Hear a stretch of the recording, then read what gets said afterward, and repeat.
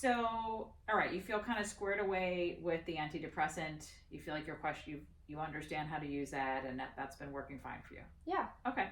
So, we have still some time today, and I'd love to help you with whatever else might be going on in your mind. You got a lot of transitions going on soon, I know. So, tell me what's up. How's it been going? It's been fine, with graduation coming up. It's weird, being done with school and just kind of having this period of time to adjust to what's coming up next. So I think that's kind of what's been on my mind. Yeah. Yeah. And when you say on my mind, what does on my mind look like? If I were to look in your living room window and see Jenna with all these things on her mind, what would I see? I think just, the transition to college, graduation, just kind of like filling my days and all that kind of stuff is, because it's the transition of having something going on all day to kind of having, like nothing. And then that it's different because, the last year's like, oh, well, in the fall we just go back to high school, and now it's different. So it's something new. Yeah. And you don't know what it's going to look like. Right. Yeah. So how do you feel like that's affecting you? I think it's just it's like more thinking than usual, if that makes sense. I guess like not like stress, but just more like consciously aware that it's going to be different. I guess, if that makes sense. So has there been another time in your life you've made a pretty big transition? Well, last summer I went away for 6 weeks, kind of to like a pre-college program. So it wasn't exactly the same, but it was kind of the idea of leaving home, being 8 hours away for 6 weeks, and not knowing any, like literally I had nothing going into it, and that was a great experience. So I have that, which is positive. It's just it still feels bigger this time because it's more permanent. It's not 6 weeks. So. Well, sometimes it can be helpful, and if this is okay with you, we can kind of do this, to think about a time in your life that you did make a big change, and what, in retrospect, kind of helped you come around to actually, here we are 12 months later, and you're like, that was an awesome experience. Right? So if you think back to you making that transition, what do you feel like you did that helped make it turn out so well, even if you didn't know it at the time? Yeah. I think that I honestly didn't think about it that much, if that makes sense. I was like, well, it's just going to happen how it does. So I think that was like, it was a little bit of like not knowing that I don't think was bad for me. Like I didn't really acknowledge how big of 6 weeks, I'd never even been away for like more than 1 week. So I was like, okay, it will be good for me. My parents will visit. But I also think it helped I met some friends like online before I went. I had no idea who my roommate was going to be, but I actually ended up knowing her already from meeting her online before we knew we were going to be roommates. So I think it was just like reaching out to people and feeling like I already knew some people who were going to be there, even though I would be like in a completely new place. So I wrote 2 things: not overthinking. Yeah. And grounding yourself with a few social connections ahead of time. Right. So if you were to try and apply those 2 things that seem to work really well for that to this college transition, just how might it look? Well, I think it would just kind of be the same of like meeting people on Instagram, which I did, which I've been working on, and also just kind of like staying more in the present instead of like thinking, because it's inevitable, like it's gonna happen anyways. But I think if I try to be more like present in what's happening right now, that would be beneficial as opposed to always thinking about what's gonna be next. Right. So, and I know I do that, like just in everything. Right. But. Right. I have this phrase I've sometimes used that's helpful for me too, which is anxiety is our imagination. Yeah. Like really. Like everything that makes us anxious about the future is truly the pictures that our brain is painting. Right? Yeah. So let's say you're going to try and paint, and if imagination is truly just imagination, it can be as beautiful as it could be horrible.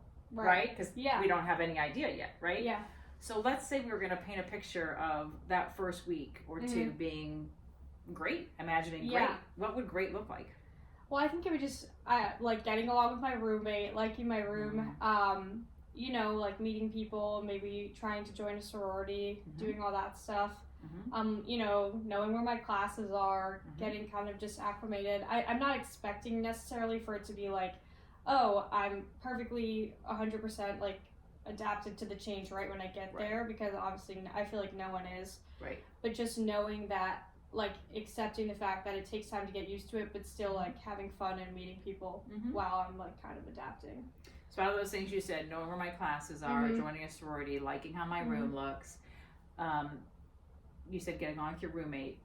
What are a couple things, let's pick 2 of those things that actually you could exert some control over. Yeah. That if there were things you could do, what would you do to help make those couple things better? Yeah, I think for like making sure I like how my room looks, like I think I can, honestly, like I can ensure that I like my room before I even get there, just knowing like what I want it to look like, what I want it to feel like, and just, you know, bringing the stuff that I need when I move in to make sure that I feel like it's comfortable. So you're saying like the actual step, like, okay, I want to make sure I like my room. Yes. What are 2 steps you're going to take to make sure that happens? I'm going to, maybe I'll like look on Pinterest, get some ideas, and then maybe I'll talk to my parents about, you know, like an Amazon list or something that I can set up so that I know I'm going to like it. Okay. Anything else you'd say? I don't think so. Okay. Yeah. So look on Pinterest. Talk to your parents about an Amazon list. Oh, and maybe my roommate, to make sure we agree, you know, who's going to bring what. She'll bring the fridge, I'll bring the microwave, you know, that kind of stuff. Talk to your roommate about dividing things up. Yes. So we don't have multiple of the same thing. Okay. And let me just ask you on that topic. Let's say that you look on Pinterest, you go to school with this great stuff you get on Amazon, you divide things up with your roommate, but you get there, and for whatever reason, the room just kind of sucks. Yeah. The walls, like, things don't look as good in there. I don't know. Whatever. It doesn't smell good. What would your plan B look like? I don't know, because it's like if I had a set expectation of what it was going to be, then I feel like I would obviously be disappointed. But I think it's just knowing that it's like, I'd probably just tell myself, I'm like, it's the experience, you know, it's the freshman experience, you live in the dorm, and it always ends up being better than it is. Like, your room it's just where you sleep in college, honestly. In my opinion, it's like this summer, or last summer when I was away, like, we were in our room, but it was tiny. Like, we could barely even walk through, and it was like the best time I've ever had. So I feel like I could tell myself that it's really just a room, like, it's not that important. So that's probably like what I would do. Because sometimes also when our anxiety and our imagination is going crazy, we forget that we have power to fix things if they're not going well. Yeah. Right? Like, let's say you bring your everything from the Pinterest board and whatever, and it just isn't right. Okay, maybe I have to go to the store. Go to Target. Right. Maybe I have to get a different kind of bedding. Worst case scenario, what if I have to apply to get a new roommate? New room, right. New roommate, new room. Like, how, scale 0 to 10, how devastating would that outcome be to you? I feel like in the moment it would probably feel like an 8 or like a 9, and then a few weeks later after I'd be like, oh, you know, nothing is like permanent in that situation. So I'd probably like look back and I'd be like, oh, it was like a 4. Knowing that it wasn't positive, but that it wasn't permanent, it would probably like lessen how severe it was to me. So yeah, I think over time. Yeah. So okay, so not overthinking then could be being in the present and actually problem solving a little bit for yourself. Like, here's the stuff I want. What else does being in the present look like for you? What works well for you to stay in the present? I think just like kind of taking everything day by day and not trying to be like, oh, well, I mean, I like to have a plan for everything. I think I'm just that kind of person, but not necessarily like fixate on what tomorrow has to look like, or, you know, like whatever. Just kind of plan for, you know, like staying ahead of my work and stuff, but not necessarily like staying ahead of my whole life, because I feel like then you just kind of get trapped. Yeah. So maybe just trying to be like, you know, make a plan for the day that actually is, like in the morning or something, and try to just execute that, as opposed to being like, okay, well, in 3 weeks I have to do this or whatever. Have you ever practiced or learned actual mindfulness activities? A little bit. Sometimes I really like yoga, so I do that kind of stuff a lot. But, you know, at school we'll do like Headspace and all those the apps and stuff. do you want to take a couple minutes? I can show you like just a brief, like, it's called a grounding exercise. Sure. You heard of this? Okay. So it's funny. I always forget as I'm going through this. I'm like, okay, the 5 senses: taste. To write this down: touch, smell, hearing, sight. Right? Okay. Yeah. Okay. I have to remind myself. So basically, it's like a way to ground ourselves, to bring ourselves back, is to focus on these 5 really acute in the present senses. Okay? So I want you to close your eyes. Yeah. This will take like 2 minutes. And if you're doing this alone, you could have on some nice music or whatever. But I want you to start by just taking a breath or 2. And then I want you to feel your feet on the floor. So you truly are grounding yourself. And then I want you to slowly move up your legs and kind of feel them in space. So feel how your pants feel on your legs.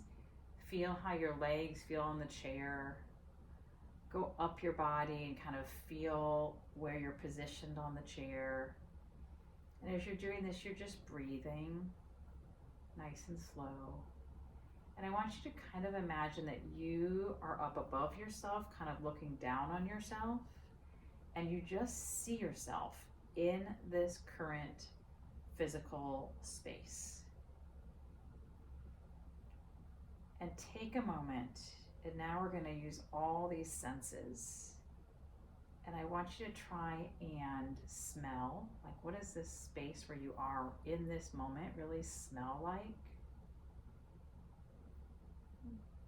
What is the taste in your mouth?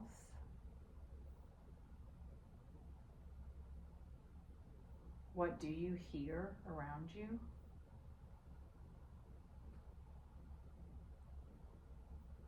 What do you see both behind your eyelids and as you see yourself looking down on yourself? How do you see yourself?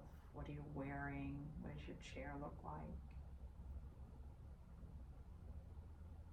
And then that touch, what is just the feeling of your hands on your legs feel like?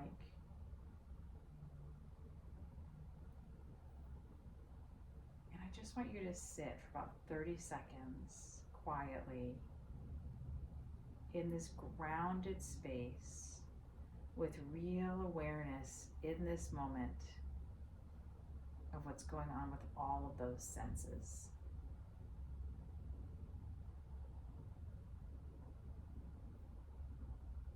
And then when you're ready, just open your eyes. What was that experience like? You don't have to flatter me. Yeah. Just like to kind of, and we did that quickly. Like Yeah. we could do that really slow, but that's just to kind of learn the concept. But yeah, I think I've done something similar before where you like, you actually like say what you feel already or whatever. Yes.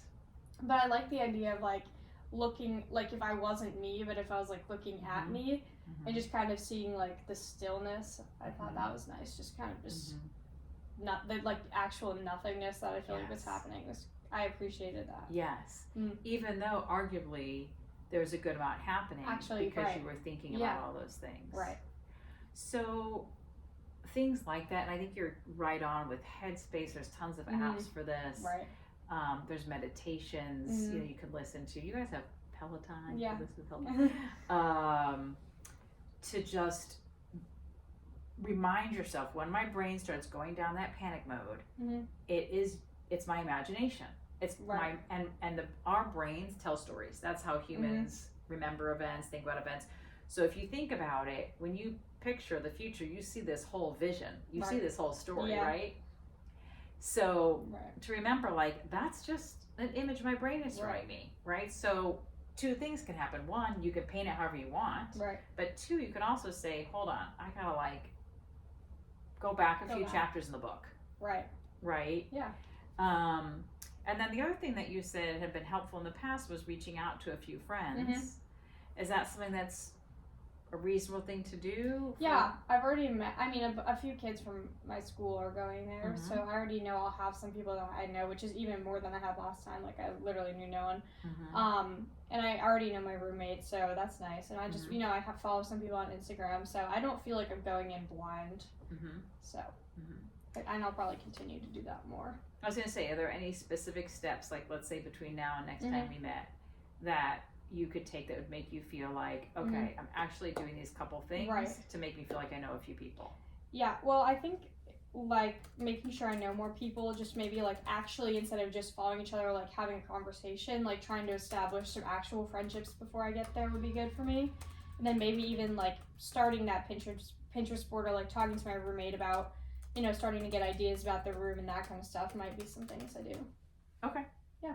So let's even go down one step further. Let's say you want to plan to have a conversation with one of these whatevers. How will that actually look? What's one thing that between now and next time we meet you feel like you would like to have accomplished by next time you come in? Yeah, I think I want to just maybe add someone on Snapchat or something, because we know we have Instagram, but maybe just actually or joining a group chat or something like that. Okay. Yeah. So between now and next time we meet, you'll do one step forward with the social connection, and maybe a couple of things with the actual air of the room. Yeah.